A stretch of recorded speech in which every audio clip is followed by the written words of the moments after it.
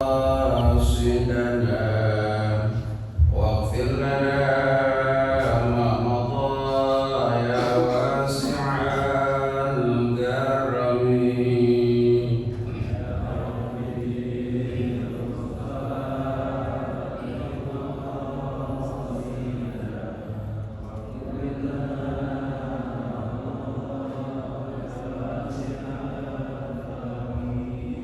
كم حسنات لا تنتهي للمرء قاتلة من حيث لم يدري أن السما في الدسم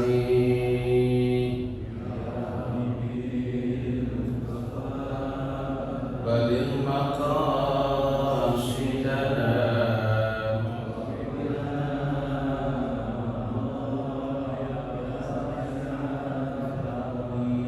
وشد سائس من جوع ومن شبع فربما مسد شر من الضخم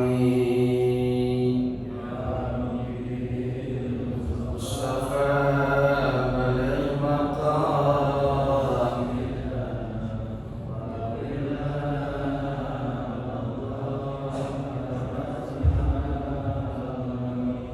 اللهم صل وسلم وبارك عليه. Bismillahirrahmanirrahim. Alhamdulillahi rabbil alamin wal 'aqibatu lil muttaqin wa la 'udwana illa 'alal zalimin. Assalatu wassalamu ala sayyidil awwalin wal akhirin sayyidina wa habibina wa syafi'ina wa qurrati a'yunina wa maulana Muhammadin wa ala alihi wa ashabihi al-mujahidin at-tahirin. Amma ba'du. Qalu subhanaka la ilma lana illa ma 'allamtana innaka antal alimul hakim wa la hawla wa la quwwata illa billahil aliyyil azim. Ila hadratin Nabi Mustafa Muhammadin Rasulullah sallallahu alaihi wasallam wa ala jami'il ikhwanihi minal anbiya'i wal mursalin wassahabati wat tabi'in wa awliya'i wal ulama'il 'amilin wal musannifin al mukhlasin khususan musannif tafsir surah Yasin li Syekh Hamam Zada al-Fatihah. A'udzu billahi minasy syaithanir rajim. Bismillahirrahmanirrahim.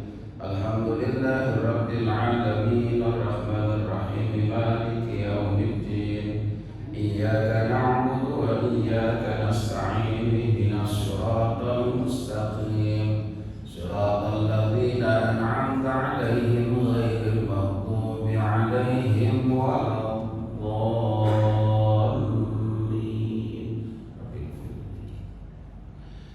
Puji syukur kita panjatkan kehadirat Allah.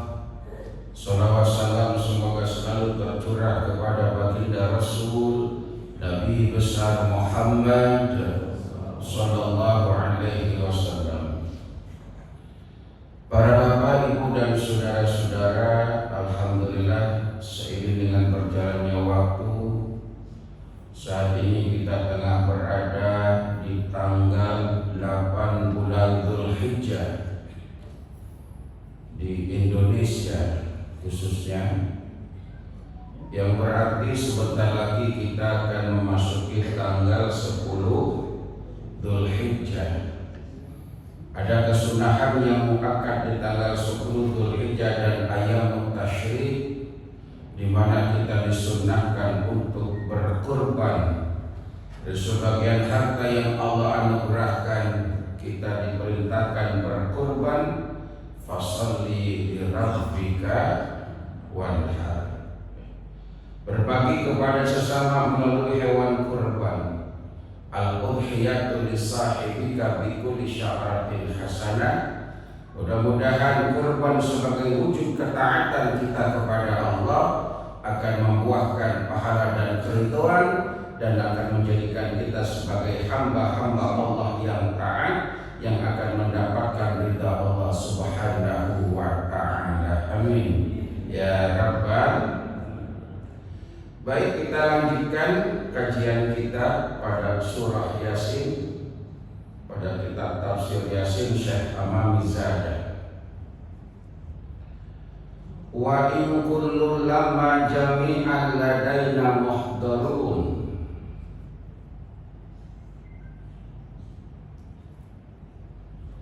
Bismillahirrahmanirrahim. Qala al-mu'allif rahimahullahu ta'ala wa nafa'na bi'ulumihi fid dharaini amin.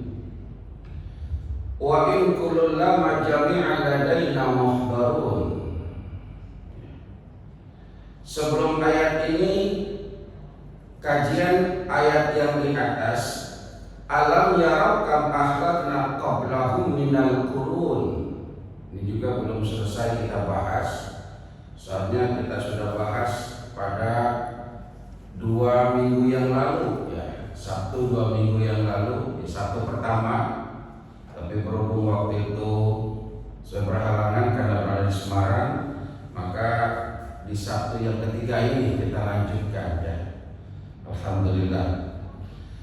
Alam yarau kam ahlakna qablahum minal quruni annahum ilaihim la yarji'un. Ibu hafal nggak itu ayat berapa, Bu, surah Yasin?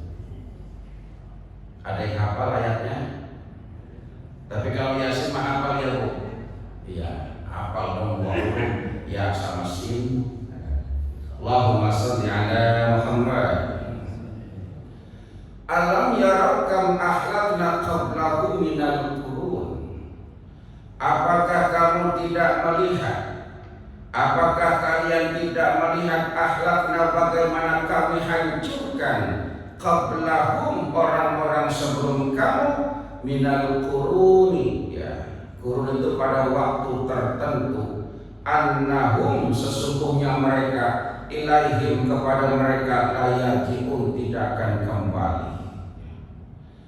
Ini sebuah pembelajaran bagaimana orang-orang intaqiyah yang mendustakan pada ayat-ayat Allah, yang durhaka dengan keesaan Allah, bahkan mereka sampai menghukum, memusuhi, bahkan mau membunuh utusan-utusan kaum Hawariyin ini, ya.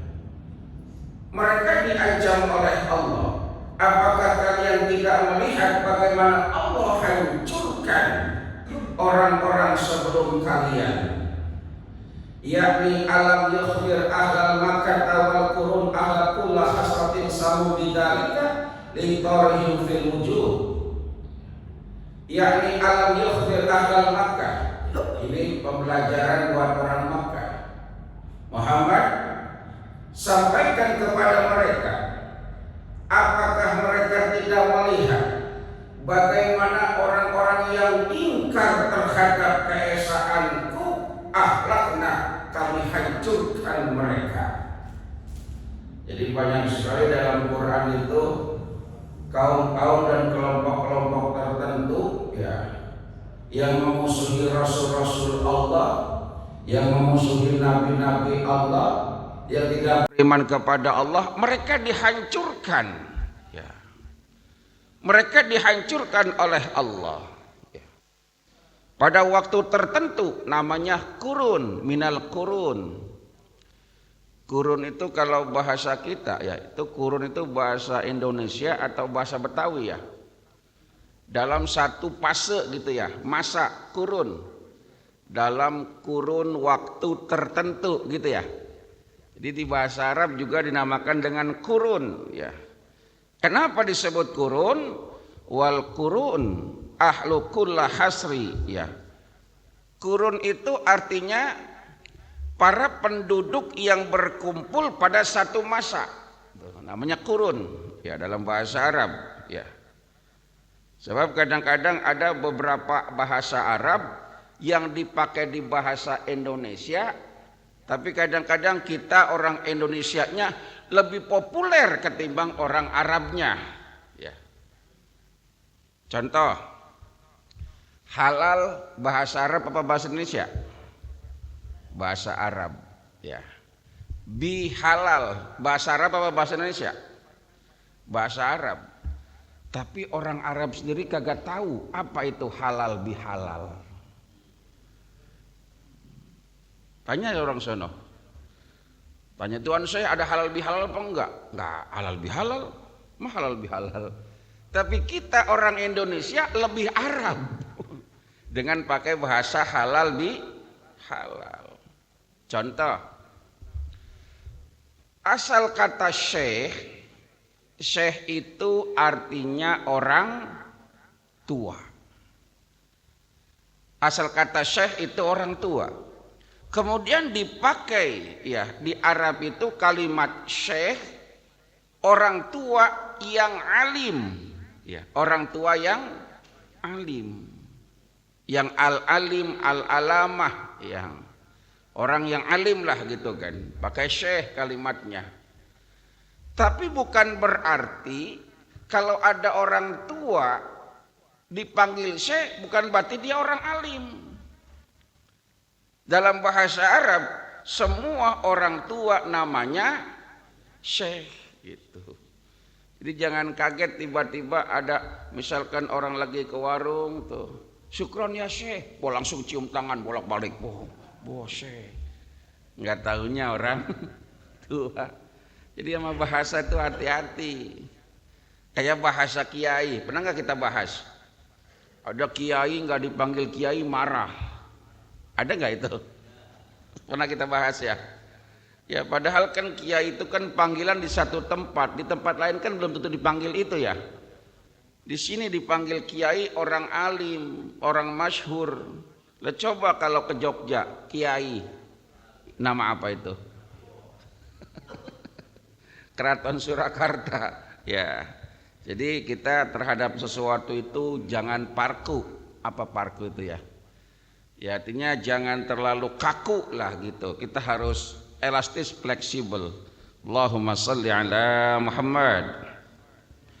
Jadi disebut dengan qurun ya karena mereka berkumpul di satu waktu ya, di satu masa, liqtairabihim fil wujud, dalam keadaan mereka annahum aitil kal qurun ilaihim la yarji'un ila dunya afala ya'tabirun.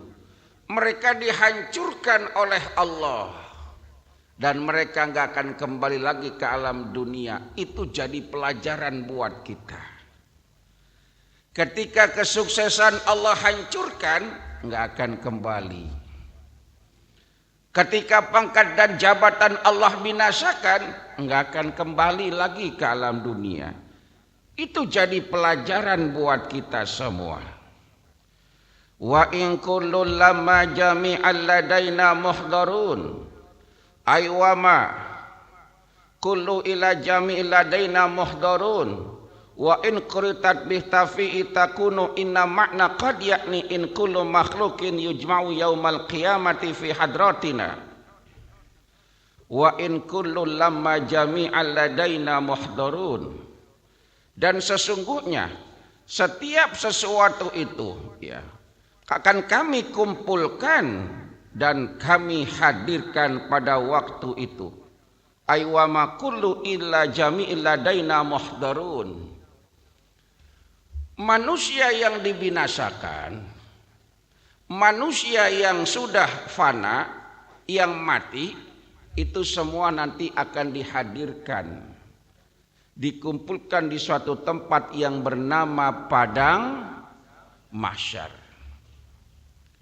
Jadi ternyata kalau kita bicara secara ilmu tasawuf, kematian itu enggak ada. Bicara kajian tasawuf, kematian itu enggak ada. Yang ada itu adalah perpindahan alam. Makanya orang-orang sufi bilang kematian gak ada. Kaifa takfuruna billahi wa kuntum amwatan fa ahyaakum summa yumitukum summa yuhyikum summa ilaihi, kembali kepada Allah. Berarti kalau kembali berarti kan gak mati. Ini bicara ilmu tasawuf ya. Maka orang-orang sufi bilang mati itu nggak ada, yang ada perpindahan alam. Cuma hanya saja jasad atau tempat di mana dihinggapi roh yang nggak mati ini itu yang binasa. Contoh begini, kita dulu pertama berada di alam arwah, alamnya alam arwah. Dari alam arwah pindah ke alam rahim. Di alam arwah kita hidup apa mati? Hidup, roh ini ya. Di alam rahim hidup apa mati? Rohnya hidup. Pindah ke alam dunia, hidup apa mati? Hidup. Ternyata perpindahan alam itu kita dalam keadaan hidup. Kita tinggalkan alam arwah, kita tinggalkan alam rahim, kita masuki alam dunia. Kita mempunyai kehidupan yang baru, namanya tetap hidup. Nanti dari alam dunia ke alam barzakh juga punya kehidupan yang baru, tetapi hidup. Allahumma sholli ala Muhammad. Logikanya, berada di alam rahim kita butuh makan. Bu, ibu mengandung itu bayi janin yang dikandung itu butuh makan enggak? Melalui apa? Plasenta ya, butuh makan. Pindah ke alam dunia kita hidup butuh makan enggak? Butuh. Makanan yang diasup pada saat dalam alam rahim dan diasupkan pada alam dunia sama enggak? Beda. Berarti sama-sama butuh makan. Nanti ketika kita pindah ke alam barzakh, sama ruhnya tetap hidup.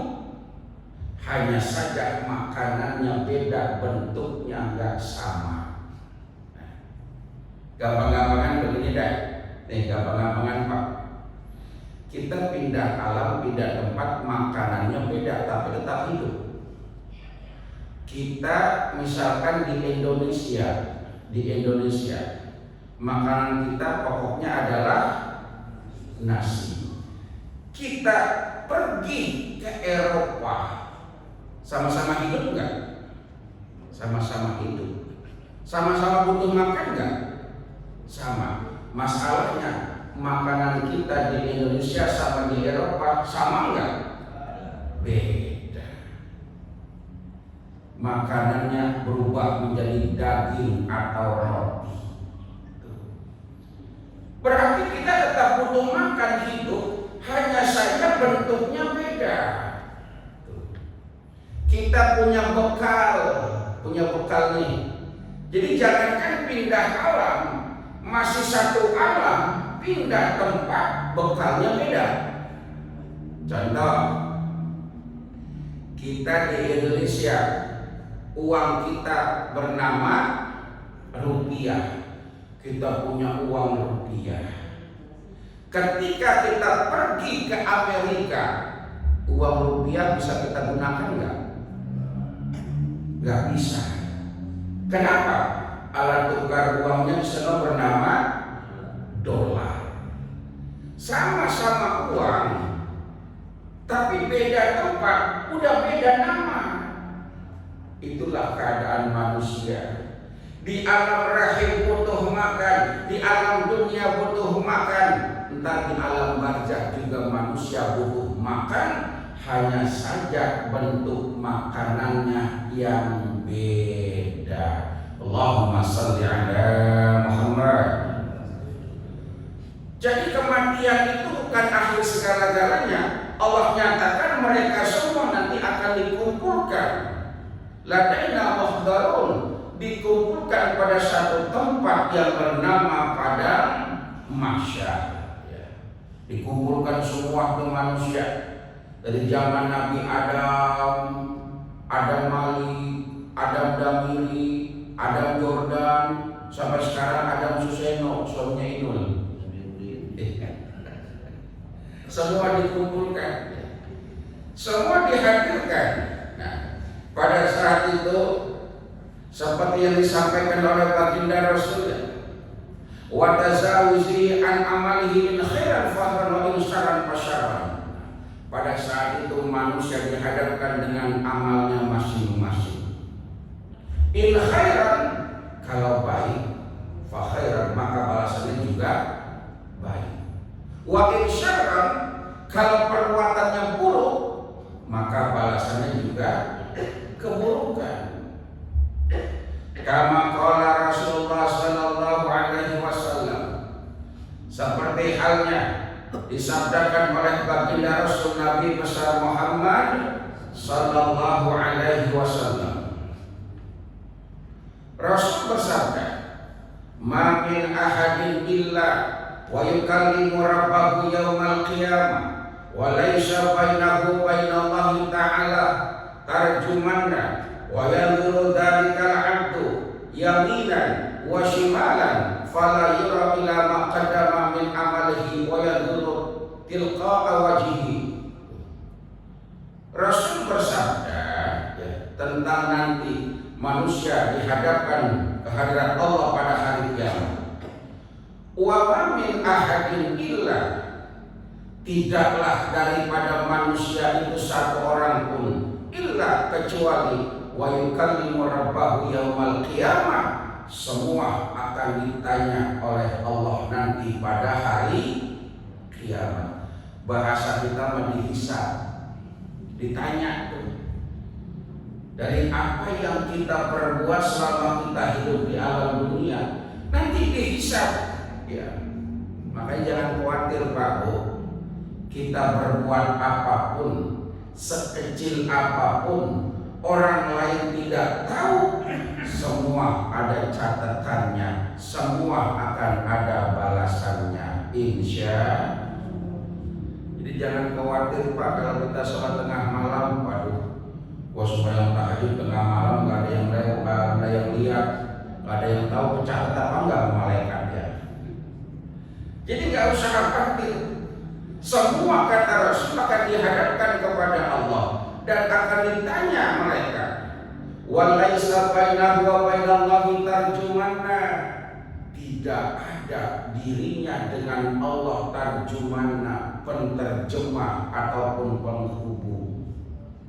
Artinya dia harus bertanggung jawab dengan perbuatannya masing-masing.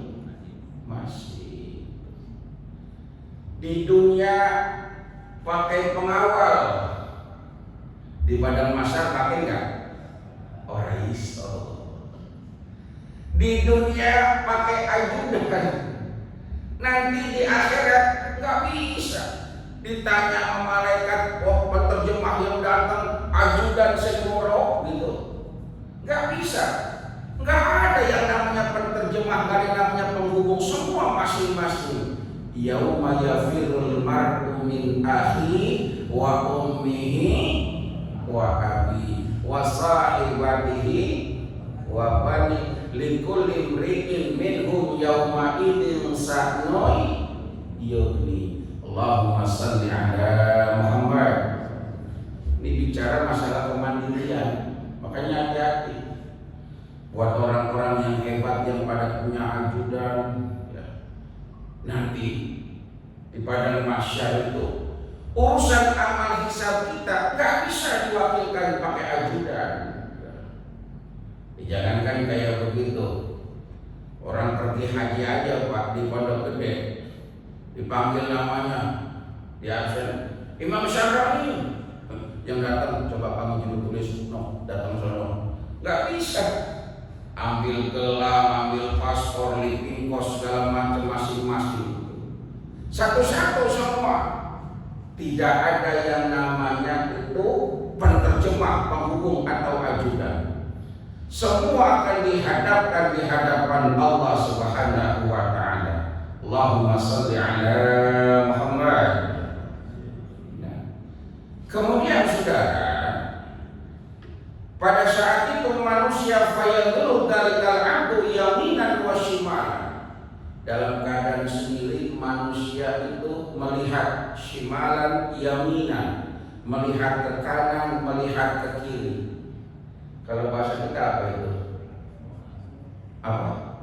Tolak, toleh, gitu ya.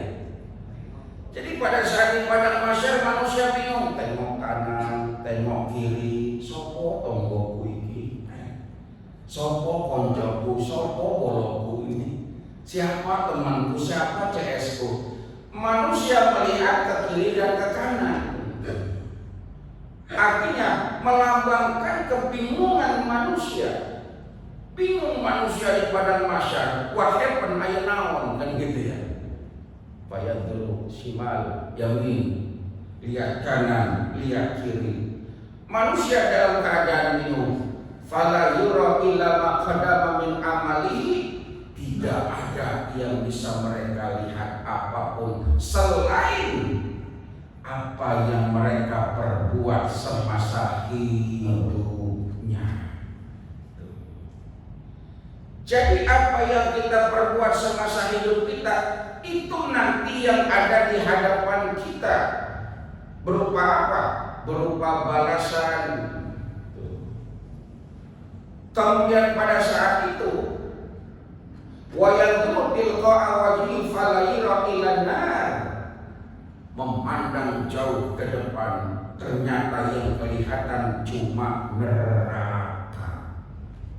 Na'udzubillah min, bingung lihat kanan, lihat kiri, yang kebayang cuma amal perbuatan, lihat ke depan api neraka. Masya Allah. Pada saat kondisi seperti itu kata baginda Rasul, fa fi dzalikal waqti yas'alu an khamsati asya'a, yus'alu an khamsati asya'a, manusia akan ditanya tentang 5 keadaan di padang mahsyar. Nih, catat Pak Bu, 5 pertanyaan tadi padang mahsyar tinggal jawab. Tinggal jawab gitu ya. Dibilang entar dalam kubur tanya marah buka, ya gampang, kita tinggal hafalin sekarang, ntar pada ujian gampang, kan begitu. Katanya marah buka, tinggal jawab Allahu Rabbi, kan begitu. Makanya ada seorang kiai yang pernah bertengkar dengan kepala dinas pendidikan. Zaman dulu itu kan masih ada ini Pak, apa namanya, Eptanas ya. Eptanas ya, kalau anak ngurus namanya apa? Eptanas. Terus satu namanya UAN ya, ujian akhir nasional gitu ya, UAN gitu ya. Kemudian ada seorang murid nanya begini, Pak Guru, ya, ini soal kan masih disegel, iya, masih rahasia, iya. Boleh nggak kita minta jawabannya dibocorin? Tuh, kata murid. Kata kepala dinas, nggak boleh. Ini pelanggaran, kena undang-undang pasal pidana. Oh gitu, iya. Dia nanya sama gurunya, kiai gurunya, disering ngaji. Pak Kiai, iya. Ini soal Eptanas, boleh nggak kita buka biar dibocorin jawabannya? Kata kiai, boleh. Beda tuh. Kok boleh Pak Kiai? Kalau sama kiai, jangankan ujian Eptanas, ujian di dalam kubur yang belum terjadi udah dibocorin nama kiai di dunia. Kalau kita ngaji kan gitu ya, nanti apa yang di dalam kubur dibocorin di dalam dunia. Allahumma shalli ala Muhammad. Pada saat di padang mahsyar saudara, yus'alu an khamsati asya'a, akan ditanya tentang 5 keadaan, 5 pertanyaan. Al-awalu yang pertama, yus'alu minhu fima abnaita umraka. Yang pertama ditanya, untuk apa kau habiskan umurmu? Wasani fima ablaita syababaka.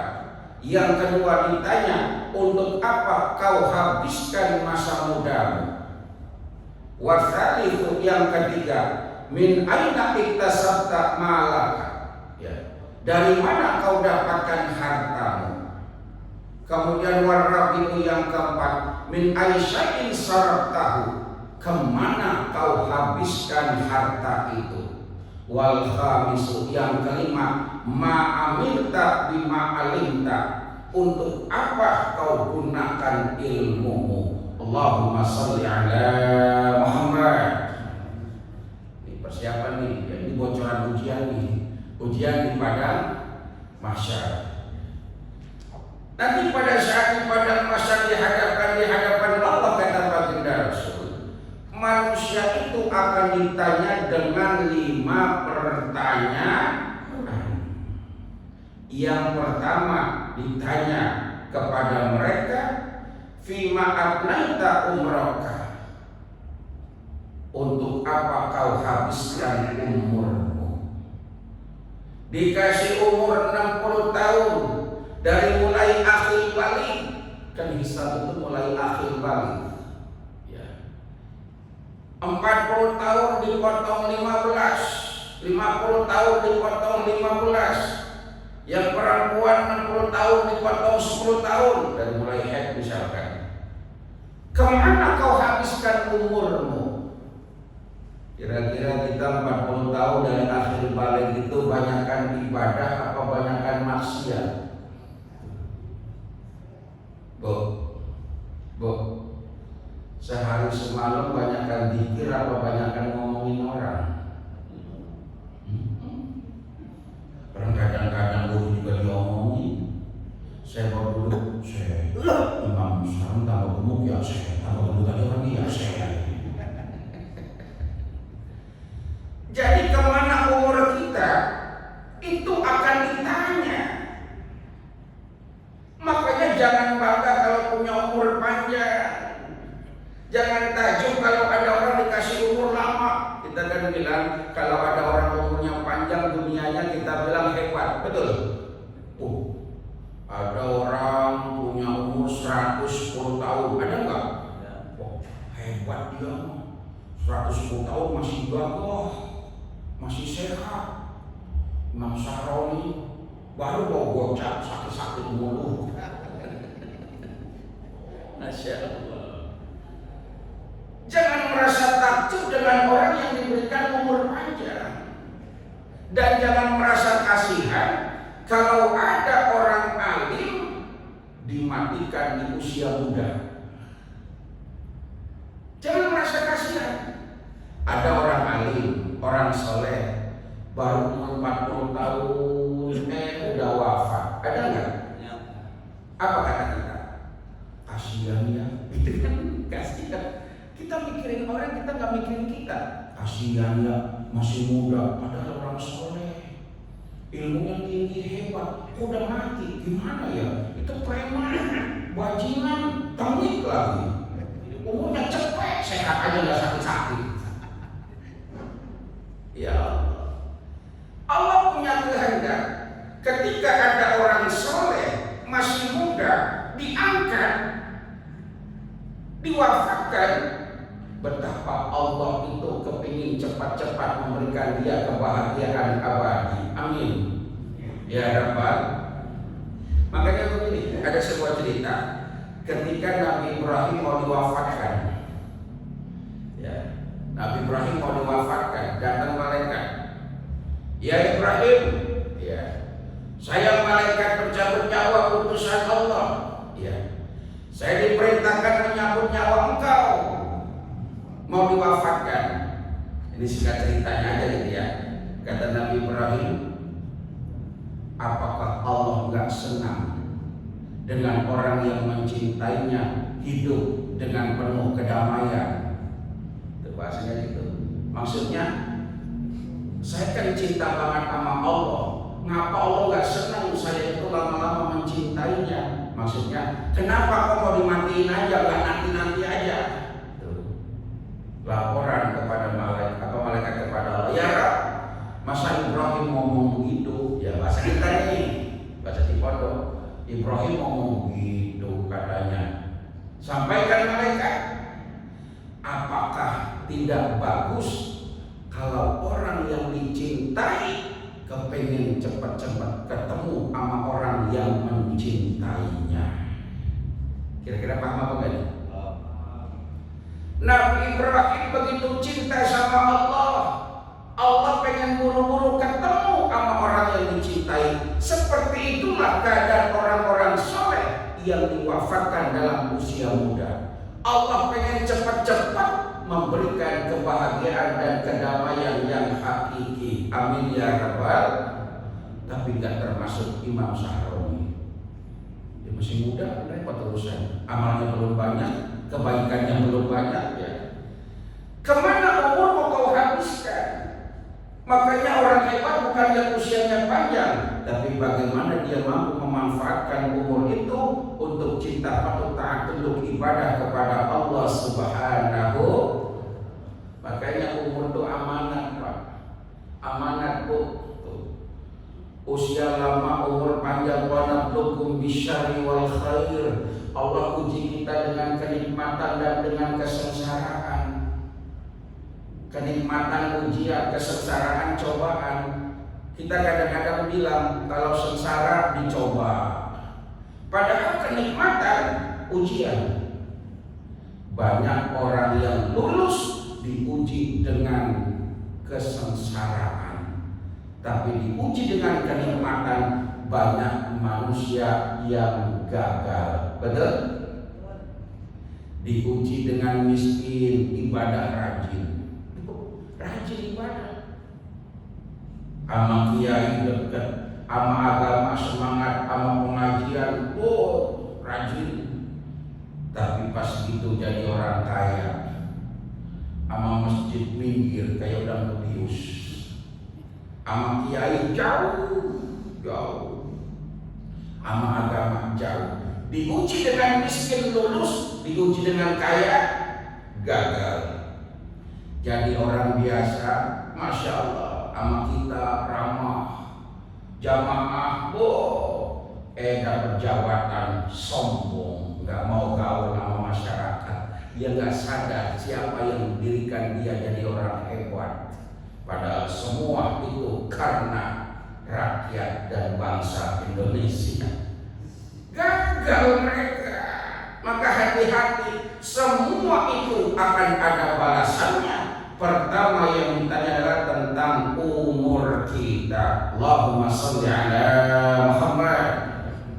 Makanya dengan bocoran ini semua berarti umur kita ini kita pergunakan untuk wakafkan umur kita ibadah kepada Allah Subhanahu wa ta'ala. Kemudian yang kedua, wasani, yang kedua yang nanti ditanya oleh Allah di padang mahsyar. Yang kedua dari 5 pertanyaan itu adalah wallahu a'lam bissawab. Ya itu dulu. Jam berapa? Suruh 5 menit lagi pas ada pertanyaan. Bahkan bisa lebih kalau pertanyaannya banyak. Ya. Baik, itu saja. Nggak disuruh jangan banyak-banyak ya, ketelorodan. Ya mudah-mudahan sedikit ilmu yang barakah, maslahat, manfaat di dunia wal akhirah. Kalau ada yang disampaikan, monggo dipersilahkan.